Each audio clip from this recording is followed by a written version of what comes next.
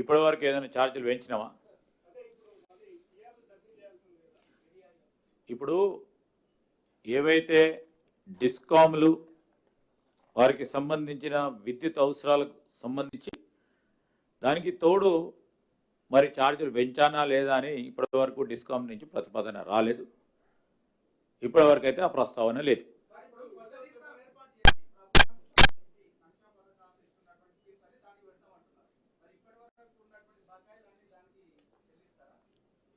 ఇప్పటి వరకు ఏ కంపెనీకి అయితే బాకీ ఉందో ఆ కంపెనీకే పోతాయి. స్ట్రక్చర్ ఎందుకంటే ఫినాన్షియల్గా కూడా సిస్టంలో ఉన్న ఏ బకాయి ఏ కంపెనీకి ఉంటే ఆ కంపెనీకి ఇవ్వాలి, ఇంకో కంపెనీకి ఎట్లా ఇస్తాం, అదే కంపెనీకి ఇవ్వడం జరుగుతుంది. యా సార్, అవును. ఇప్పుడు మొత్తం పరంగా ఒక యూనిఫార్మిటీ తీసుకురావాలి, ప్రత్యేకంగా సివిక్ ఎమ్యూనిటీస్కి సంబంధించి, లేకుంటే ట్యాక్సెస్కి సంబంధించి, లేకుంటే సదుపాయాలకు సంబంధించి, ఇవన్నిటి విషయంలో ఒక యూనిఫార్మిటీ తీసుకురావాలి. ఆ యూనిఫార్మిటీ తీసుకురావాలని ఉద్దేశంతో ముందుకెళ్తా ఉన్నాం. దాన్ని ఎన్ని కార్పొరేషన్లు చేయాలి, ఏ విధంగా చేయాలనే ఒక నిర్ణయం తర్వాత తీసుకోవడం జరుగుతుంది అందరు స్టేక్ హోల్డర్స్తో మాట్లాడి.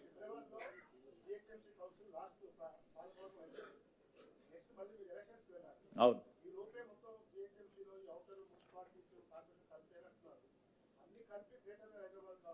ఇంకా ఏం నిర్ణయం తీసుకోలేదు. ఈరోజు విలీనం చేసి జిహెచ్ఎంసీ యాక్ట్ని సవరణ చేసుకొని తర్వాత స్టేక్ హోల్డర్స్తో మాట్లాడి ఒక కార్పొరేషన్ ఏర్పాటు చేయాలన్నా, 5 చేయాలన్నా, 3 చేయాలన్నా, 10 చేయాలనే నిర్ణయం ఇంకా తీసుకోలేదు.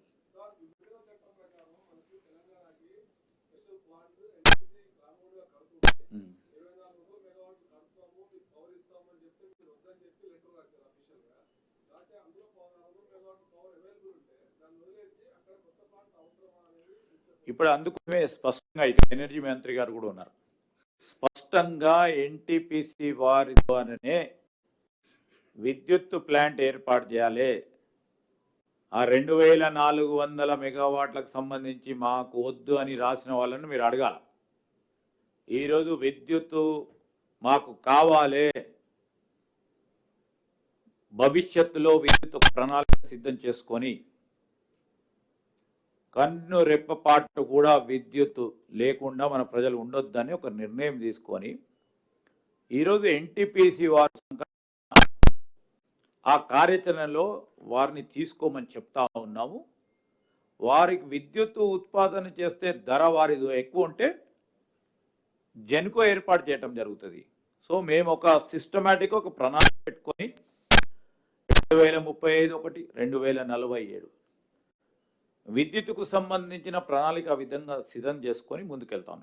డిమాండ్ పెరుగుతుంది, ఆ డిమాండ్కి అనుగుణంగానే ఈరోజు థర్మల్ ప్లాంట్కు సంబంధించి ఒక సందర్భంలో మీరు చూసిండ్రు, స్పెయిన్లో ఏ విధంగా మొత్తం నాన్ కన్వెన్షనల్ ఎనర్జీకి సంబంధించిన ఇష్యూ వచ్చినప్పుడు బ్లాక్ డే పూర్తి 2 days అయిపోయింది.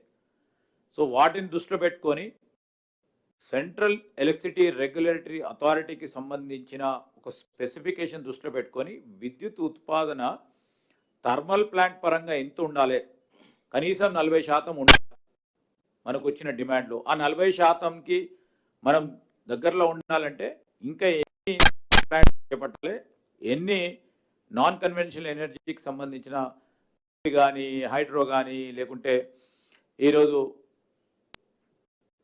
వివిధ విద్యుత్ ఉత్పాదనకు సంబంధించిన ప్లాంట్ చేపట్టాలని ఒక ప్రణాళిక సిద్ధం చేసుకొని ముందుకెళ్తాను.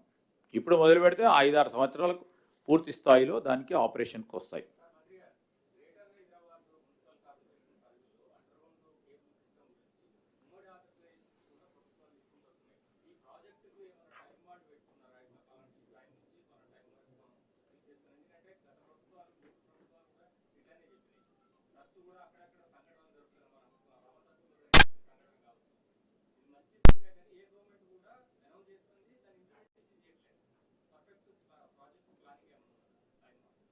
డెఫినెట్లీ ఆ పర్ఫెక్ట్ ప్లానింగ్తో పాటు అమలు చేయాలి అనే ఉద్దేశంతో కొన్ని ఇన్సిడెంట్స్ మీరు చెప్పినట్టు 2-3 ఇన్సిడెంట్స్ ద్వారా మరి ప్రజల నుంచి వచ్చిన వారి అభిప్రాయాలను కూడా తెలుసుకొని ఈరోజు కేబుల్కు సంబంధించి అండర్ గ్రౌండ్ ఏర్పాటు చేయాలి. ఆ అండర్ గ్రౌండ్ కేబుల్కు సంబంధించి ఒక మల్టీపర్పస్ యూటిలిటీ ఉండాలి అనే ఉద్దేశంతోనే ముందుకు పోతా ఉన్నాం. ఒక ప్రణాళిక సిద్ధం చేసుకుంటా ఉన్నాం. పేపర్ సబ్మిట్ చేసిన తర్వాత, స్టడీ పేపర్ సబ్మిట్ చేసిన తర్వాత ఏవైతే ఆపరేషన్ సర్కిల్స్ ఉన్నాయో ఎలక్ట్రిసిటీది, దాని పరంగా ఇప్పుడు ముందుకెళ్లాలని కేబినెట్ నిర్ణయం తీసుకుంది. తప్పకుండా అన్ని ప్రభుత్వాలు మాట్లాడుతూ ఉన్నాయి, ఆచరణలో చూపెట్టలేదని మీరు అంటా ఉన్నారు. మా ప్రభుత్వం ఆచరణలో పెట్టే అంశాలే ప్రజల ముందర పెట్టి ఖచ్చితంగా ఆచరణలో పెట్టి ఆపరేషన్లు చేసి ముందుకెళ్ళటం జరుగుతుంది.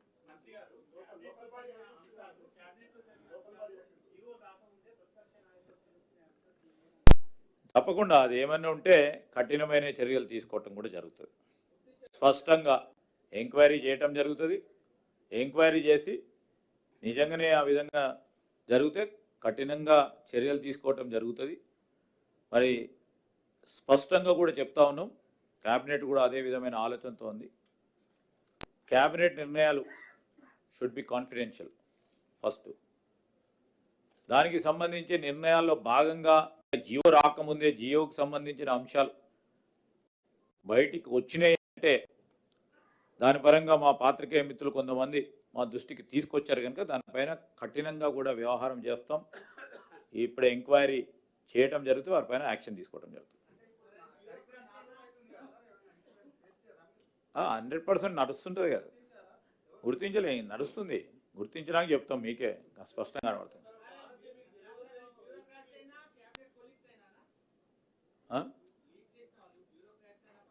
ఎవరైనా అంతే కదమ్మా, ఎవరైనా అంతే కదా, ఎవరైనా అందరికీ ఒకటే ఈక్వల్. ఇప్పుడు 2 మార్లు నేను ప్రెస్ పరంగా క్యాబినెట్ తీసుకున్న నిర్ణయం ప్రజలకు వివరణ ఇవ్వటం, ప్రతిపక్షాలకు సంబంధించి టీఆర్ఎస్ వారు ఒక భ్రమ కలిగించి ప్రజల్లో ఒక దురాభిప్రాయం రావాలే ప్రభుత్వానికని బురద చల్లుతా ఉన్న సందర్భాన్ని నేనే చెప్పడం జరిగింది. క్యాబినెట్ సబ్ కమిటీలో నేను గౌరవ డీసీఎం గారి ఆధ్వర్యంలో సబ్ కమిటీని ఏర్పాటు చేసుకొని పెద్దలు ఉత్తమ్ కుమార్ రెడ్డి గారు, పెద్దలు కృష్ణారావు గారు వారి ఆధ్వర్యంలో ఈరోజు రెవెన్యూ రిసోర్స్ మొబిలైజేషన్కు సంబంధించిన క్యాబినెట్ సబ్ కమిటీ, దాంట్లో అనేక అంశాలు పరిశీలన చేసి మరి వాటన్నిటిని కూడా క్యాబినెట్లో అందరు ముందట, క్యాబినెట్ సహచరుల ముందట పెట్టిన తర్వాత క్యాబినెట్ నిర్ణయం తీసుకోవడం జరిగింది. నాకు తెలియదు అంటే ఏమని చెప్పనట.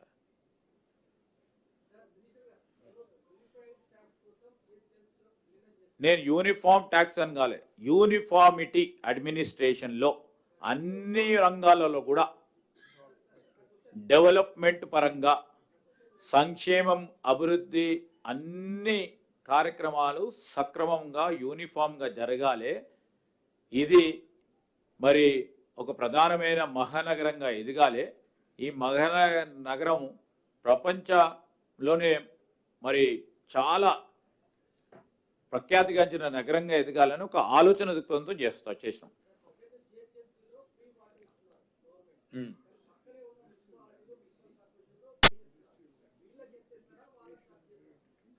ఇప్పుడు ఏ కార్యక్రమం చేసినా 10 మందికి మేలు చేసే ప్రయత్నం చేస్తాం.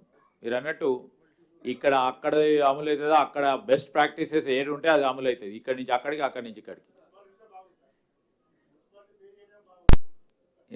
అది ఇంకేం ఆలోచన చేయాలి. ఇంకా దాని గురించే ట్యాక్సెస్ రాబడి దాని గురించి ఆలోచన చేయాలి. అడ్మినిస్ట్రేషన్ సాఫీగా జరగాలి, అక్రమాలు జరగకుండా ఉండాలి అని పూర్తి స్థాయిలో ఒక సిస్టమేటిక్గా అడ్మినిస్ట్రేషన్ తీసుకెళ్లాలని ఒక ఆలోచన. Thank you.